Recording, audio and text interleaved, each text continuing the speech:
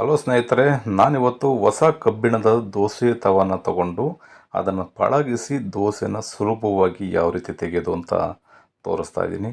ತುಂಬ ಮನೆಗಳಲ್ಲಿ ದೊಡ್ಡ ಸಮಸ್ಯೆ ಅಂತ ಅಂದರೆ ಈ ಕಬ್ಬಿಣದ ಕಾವಲಿನಲ್ಲಿ ಅಂದರೆ ತವಾದಲ್ಲಿ ಯಾವ ರೀತಿ ದೋಸೆನ ಮಾಡೋದು ಅನ್ನೋದೇ ಗೊತ್ತಿರೋದಿಲ್ಲ. ಅದನ್ನು ಯಾವ ರೀತಿ ಪಳಗಿಸ್ಬೇಕು ಅನ್ನೋದು ಕೂಡ ಗೊತ್ತಿರೋದಿಲ್ಲ. ನೋಡಿ, ಈ ರೀತಿ ಎಲ್ಲ ಮನೆಗಳಲ್ಲೂ ಅಷ್ಟೇ ದೋಸೆ ಅಂಟ್ಕೊಳ್ತಾ ಇರುತ್ತೆ. ಈ ರೀತಿ ಅಂಟ್ಕೊಳ್ದೇ ಇರೋ ರೀತಿಯಲ್ಲಿ ಸುಲಭವಾಗಿ ಎಷ್ಟು ಸಖತ್ತಾಗಿ ದೋಸೆ ಬರ್ತದೆ ಅಂತ ನೋಡ್ಬೋದು. ಈ ವಿಧಾನದಲ್ಲಿ ದೋಸೆನ ಯಾವ ರೀತಿ ಮಾಡ್ಕೊಳ್ಳೋದು, ಹಾಗೆ ಹೊಸ ತವನ ಯಾವ ರೀತಿ ಪಳಗಿಸೋದು ಅನ್ನೋದನ್ನು ನೋಡೋಣ ಬನ್ನಿ. ನಾನು ಕೂಡ ನಿಮಗೆ ತೋರಿಸ್ಲಿಕ್ಕೋಸ್ಕರ ಒಂದು ಹೊಸ ಕಬ್ಬಿಣದ ಕಾವಲಿನ ತರಿಸಿದ್ದೀನಿ. ಇದನ್ನು ಯಾವ ರೀತಿ ಪಳಗಿಸೋದು ಅಂತ ನೋಡೋಣ ಬನ್ನಿ. ನಾನು ಕೂಡ ಇಂಡಸ್ ವ್ಯಾಲಿ ಕಂಪನಿಯವ್ರದ್ದು ಅಮೆಝಾನಲ್ಲಿ ತೊಗೊಂಡಿದ್ದೀನಿ.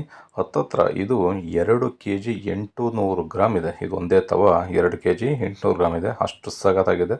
ನೀವು ತುಂಬ ಬ್ರ್ಯಾಂಡ್ಸ್ಗಳು ಬರುತ್ತೆ. ನಾನಿಲ್ಲಿ ಯಾವುದೇ ರೀತಿ ಬ್ರ್ಯಾಂಡನ್ನು ಪ್ರಮೋಟ್ ಮಾಡ್ತಾಯಿಲ್ಲ. ನಾನು ತರಿಸಿರೋದನ್ನು ನಿಮಗೆ ತಿಳಿಸ್ತಾ ಇದ್ದೀನಿ. ಇಂಡಸ್ ವ್ಯಾಲಿ ಕಂಪ್ನಿಯವ್ರದ್ದನ್ನು ನಾನು ತೊಗೊಂಡಿದ್ದೀನಿ.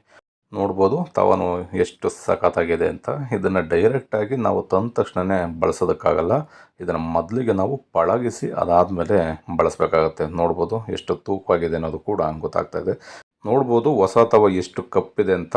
ಪಳಗಿಸಿದ ನಂತರ ಯಾವ ರೀತಿ ಆಗಿದೆ ಅಂತ ನೋಡ್ಬೋದು. ಬನ್ನಿ, ಈ ವಿಧಾನನ ಸುಲಭವಾಗಿ ನಿಮಗೆ ಮಾಡೋದನ್ನು ತೋರಿಸ್ಕೊಡ್ತೀನಿ. ಮೊದಲಿಗೆ ನಾವು ಹೊಸ ತವನ ಏನು ತೊಗೊಂಡಿದ್ದೀವಿ ಇದನ್ನು ನೀಟಾಗಿ ವಾಶ್ ಮಾಡ್ಕೋಬೇಕು. ನೀವು ಡಿಶ್ ವಾಶಲ್ಲೇ ಲಿಕ್ವಿಡ್ ಇದ್ದರೆ ಲಿಕ್ವಿಡಿಂದನೂ ನೀವು ವಾಶ್ ಮಾಡ್ಬೋದು, ಅಥವಾ ಸೋಪ್ ಇತ್ತು ಅಂತಂದರೆ ಡಿಶ್ ವಾಶ್ ಸೋಪಿಂದನೂ ಕೂಡ ನೀವು ವಾಶ್ ಮಾಡ್ಬೋದು. ಈ ರೀತಿ ಎರಡೂ ಬದಿನಲ್ಲಿ ಚೆನ್ನಾಗಿ ನಾವು ಒಂದು ಬಾರಿ ತೊಳಿಬೇಕಾಗತ್ತೆ. ಈ ರೀತಿ ತೊಳೆದಾದಂಥ 3 ಸ್ಟೆಪ್ಪಲ್ಲಿ ನಾವು ಈ ದೋಸೆ ಕಾವಲಿನ ಪಳಗಿಸ್ಬೇಕಾಗತ್ತೆ. ಯಾವ ರೀತಿ ಅನ್ನೋದನ್ನು ಮುಂದೆ ತೋರಿಸ್ತೀನಿ. ನೋಡ್ಬೋದು, ಈ ರೀತಿಯಲ್ಲಿ ಚೆನ್ನಾಗಿ ಒಂದು ಬಾರಿ ನಾವು ತೊಳಿಬೇಕು. ತೊಳೆದಾದ ನಂತರ ಇದನ್ನು ನೀಟಾಗಿ ಬಟ್ಟೆಯಿಂದ ಒರೆಸ್ಕೊಳ್ಳಿ. ಈ ರೀತಿ ಕಬ್ಬಿಣದ ತವ ಅಥವಾ ಕಾಸ್ಟ್ ಐರನ್ ತವನ ನೀವು ಒಂದು ಸಲ ಪಳಗಿಸಿ ಉಪಯೋಗಿಸ್ಬಿಟ್ರಿ ಅಂತಂದರೆ ನಾನ್ ಸ್ಟಿಕ್ ತವಗಳನ್ನ ನೀವು ಸೈಡ್ಗೆ ಇಟ್ಬಿಡ್ತೀರ. ಯಾಕೆಂದರೆ ಅಷ್ಟು ಸಖತ್ತಾಗಿ ದೋಸೆಗಳು ಬರುತ್ತೆ.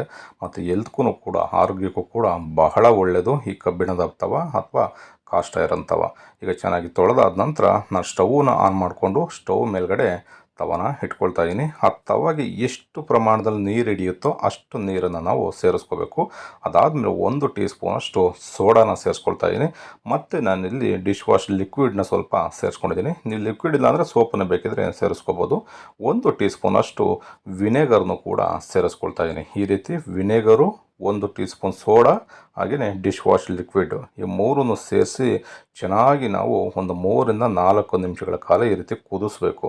ಕುದಿಸಿದ್ರೆ ವ್ಯತ್ಯಾಸ ನಿಮಗೆ ಗೊತ್ತಾಗುತ್ತೆ. ನೋಡ್ಬೋದು ಎಷ್ಟು ಕಪ್ಪಾಗಿದ್ದಂಥ ತವ ಎಷ್ಟು ನೀಟಾಗಿ ಕ್ಲೀನ್ ಆಯಿತು ಅಂತ. ಮತ್ತು ಇದನ್ನು ಇನ್ನೊಂದು ಬಾರಿ ಚೆನ್ನಾಗಿ ಸೋಪಿನ ಸಹಾಯ ಅಥವಾ ಲಿಕ್ವಿಡ್ ಸಹಾಯದಿಂದ ತೊಳ್ಕೊಳ್ಳೋಣ. ಈ ವಿಧಾನದಲ್ಲಿ ನೀವು ಪಳಗಿಸಿ ಈ ದೋಸೆ ತವನ ಇಟ್ಕೊಂಡ್ಬಿಟ್ರೆ 50 ವರ್ಷ ಇಟ್ಟರೂ ಕೂಡ ನಿಮಗೆ ಹಾಳಾಗೋದಿಲ್ಲ. ಅಷ್ಟು ಸಖತ್ತಾಗಿರುತ್ತೆ ಈ ದೋಸೆ ತವಗಳು. ಈಗ ಮತ್ತೆ ನಾನು ಇನ್ನೊಂದು ಸಲ ವಾಶ್ ಮಾಡ್ಕೊಂಡಿದ್ದೀನಿ. ಈ ರೀತಿ ವಾಶ್ ಆದಮೇಲೆ ಕಂಪ್ಲೀಟಾಗಿ ನಾವು ಬಟ್ಟೆಯಿಂದ ಇದನ್ನು ಒರೆಸ್ಬೇಕು. ಇನ್ನು ಮತ್ತೆ ನಾವು ಇದಕ್ಕೆ ನೀರನ್ನು ಬಳಸೋದಿಲ್ಲ. ಹಾಗಾಗಿ ಕಂಪ್ಲೀಟಾಗಿ ಈ ರೀತಿ ವಾಶ್ ಮಾಡ್ಕೋಬೇಕು. ಈ ತವಗಳನ್ನೂ ಅಷ್ಟೇ, ಕಬ್ಬಿಣದ ತವ ಅಥವಾ ಕಾಸ್ಟ್ ಐರನ್ ತವನ ನೀವು ಪದೇ ಪದೇ ಯಾವಾಗಲೂ ತೊಳೆಯೋದಕ್ಕೆ ಹೋಗಬಾರ್ದು. ನಾನು ನೆಕ್ಸ್ಟ್ ತೋರಿಸ್ತೀನಿ ಯಾವ ಪ್ರೊಸೀಜರ್ನಲ್ಲಿ ಅದನ್ನು ಇಟ್ಕೋಬೇಕು, ಎಷ್ಟು ಸೇಫ್ ಆಗಿರುತ್ತೆ ಅನ್ನೋದನ್ನು. ಈಗ ಎರಡೂ ಬದಿಯಲ್ಲಿ ಎಣ್ಣೆನ ಚೆನ್ನಾಗಿ ಸವರ್ಕೊಳ್ತಾ ಇದ್ದೀನಿ.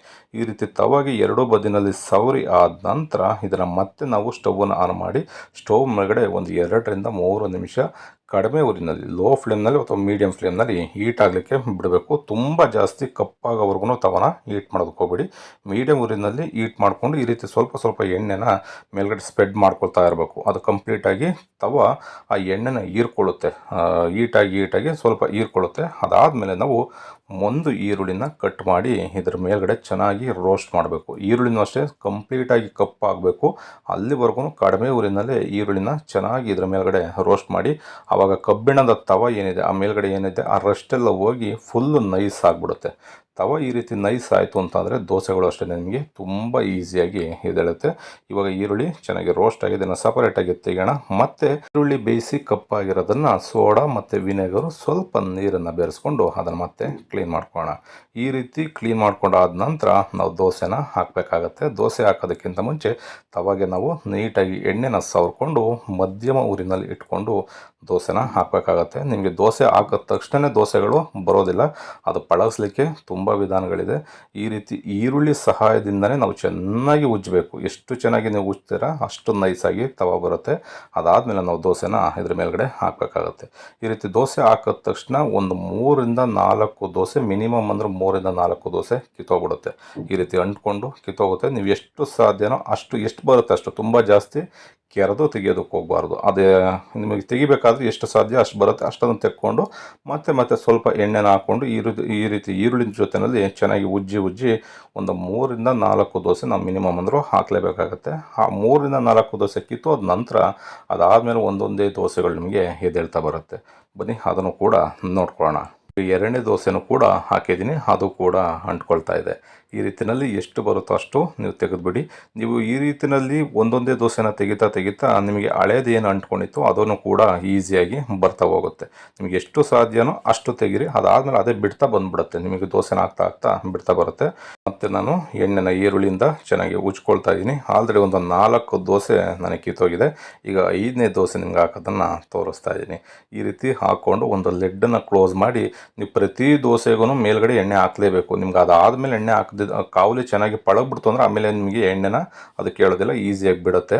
ನೀವು ಪ್ರತಿ ಸಲ ಹಾಕಬೇಕಾದ್ರೂ ಅಷ್ಟೇ ಎಣ್ಣೆನ ನೋಡಿ ಈ ರೀತಿ ಮೇಲ್ಗಡೆ ಹಾಕಬೇಕು. 5ನೇ ದೋಸೆ ನಮಗೆ ಈಸಿಯಾಗಿ ಬರ್ತಾ ಇದೆ. ಈ ರೀತಿ ಒಂದೊಂದೇ ದೋಸೆಗಳನ್ನ ಹಾಕಿ ಪಳಗಿಸಿ ಅದಾದ ನಂತರ ನಾವು ದೋಸೆನ ತೆಗಿಬೇಕಾಗತ್ತೆ. ಈ ರೀತಿ ದೋಸೆ ಯಾವಾಗ ಚೆನ್ನಾಗಿ ಬರುತ್ತೆ ಅದಾದಮೇಲೆ ನಾವು ದೋಸೆ ಕಾವಲಿನ ನೀಟಾಗಿ ಕ್ಲೀನ್ ಮಾಡ್ಕೋಬೇಕು.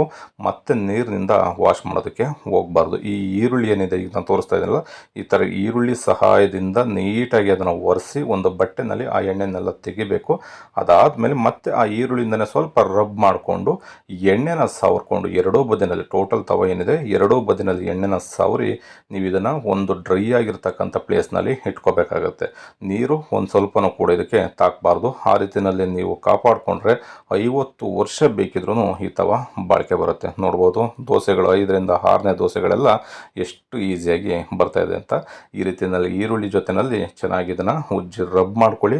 ರಬ್ಬ ನಂತರ ಒಂದು ಬಟ್ಟೆಯಿಂದ ಆ ಗಲೀಜೆಲ್ಲ ಏನಿರುತ್ತೆ ಅದು ಬಂದುಬಿಡುತ್ತೆ. ನಿಮಗೆಲ್ಲ ಅದು ಚೆನ್ನಾಗಿ ಪಳಗ್ತು ಅಂತಂದ್ರೆ ಒಂದು ಸ್ವಲ್ಪನೂ ಕೂಡ ಅಂಟ್ಕೊಳ್ಳಲ್ಲ, ಎಲ್ಲ ಗಲೀಜು ಬಂದುಬಿಡುತ್ತೆ. ಅದಾದಮೇಲೆ ನೀವು ನೀಟಾಗಿ ಒರೆಸಿ ಎಣ್ಣೆನ ಸವರಿ ಒಂದು ಡ್ರೈ ಆಗಿರ್ತಕ್ಕಂಥ ಪ್ಲೇಸಲ್ಲಿ ಇಟ್ಕೊಂಡ್ರೆ 50 ವರ್ಷ ಬೇಕಿದ್ರೂ ನಿಮಗೆ ಬಾಳಿಕೆ ಬರುತ್ತೆ. ನೆಕ್ಸ್ಟ್ ಟೈಮಿಂದ ನೀವು ದೋಸೆನ ಹಾಕ್ಬೇಕಾದ್ರೆ ಆ ಎಣ್ಣೆನ ಏನು ಸವರಿರ್ತೀವಿ ಈ ರೀತಿ ಒಂದು ಟಿಶ್ಯೂ ಪೇಪರ್ ಅಥವಾ ಒಂದು ಬಟ್ಟೆ ಸಹಾಯದಿಂದ ನೀಟಾಗಿ ಒರೆಸ್ಬಿಟ್ಟು ಮೊದಲಿಗೆ ಒಂದು ದೋಸೆನ ಹಾಕಿ ಅದನ್ನು ತೆಗೆದು ಬಿಸಾಡ್ಬಿಡಿ. ಅದಾದಮೇಲೆ ನೆಕ್ಸ್ಟು ಆಗ್ತಕ್ಕಂಥ ದೋಸೆಗಳನ್ನ ನೀವು ತಿಂತಾ ಬರ್ಬೋದು. ಈ ವಿಧಾನ ನಿಮಗೆ ಇಷ್ಟ ಆಗಿದರೆ ಆದಷ್ಟು ಜನಕ್ಕೆ ಶೇರ್ ಮಾಡಿ, ಲೈಕ್ ಮಾಡಿ, ಸಬ್ಸ್ಕ್ರೈಬ್ ಮಾಡೋದನ್ನು ಮರಿಬೇಡಿ. Thank you.